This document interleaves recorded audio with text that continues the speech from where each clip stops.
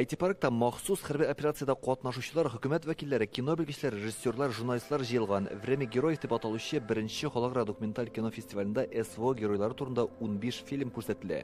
Татарстан премьер-министры урынбасары Лилия Фазлиева бүгенге шартларда бу фестивальнең бик әһәмиятле булуын билгеләп үтте.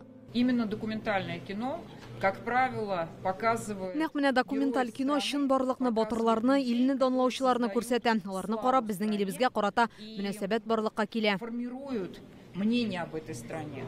Фестивальдә Татарстан фильмнарда бар. Хезмәттәшебез Семни тапшыру корреспонденты режиссер Зәфәр Дәүләтшин да үз эшен тәкъдим итә.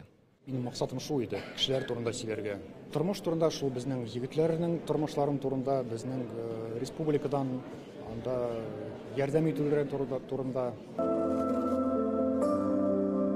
Казаки фильмы Кырым батальонындагы штурм взводы командирының тормышы, егетләрнең батырлыгы, үз-үзләрен аямыйча көрәшүләре турында. Гомумән һәр картина үзенчәлекле вакыйгаларны, кешеләр язмышын чагылдыра. Этот фестиваль проходит именно в Татарстане. Татарстан ул күп милләтле республика. Бу безнең илнең бердәмлеген, татулыгын күрсәтә.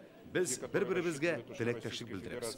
Махсус хәрби операциядә катнашкан батырлар бүген үзләре дә монда күңелдәге хис-тойгыларны сүзләр белән генә аңлату мөмкин түгел диләр. Люди должны знать, какой ценой достигается победа. Кешеләр җиңүнең ничек авыр бирелүен белергә тиеш. Батырларыбыз белән горурлансыннар, илебезнең таянычы булган шундый каһарман егетләребез барлыгын белсеннәр. Фильмнарда ярдәмгә ашыгучы табиблар, волонтерлар, хәрби журналистларга да зур игътибар бирелгән. Халыкара фестиваль быелның февралендә Мәскәүдә башлангыч алган. Тамашачы тарафыннан фильмларга карата кызыксыну зур булганга, аны башка шәһәрләрдә күрсәтергә карар кылганнар.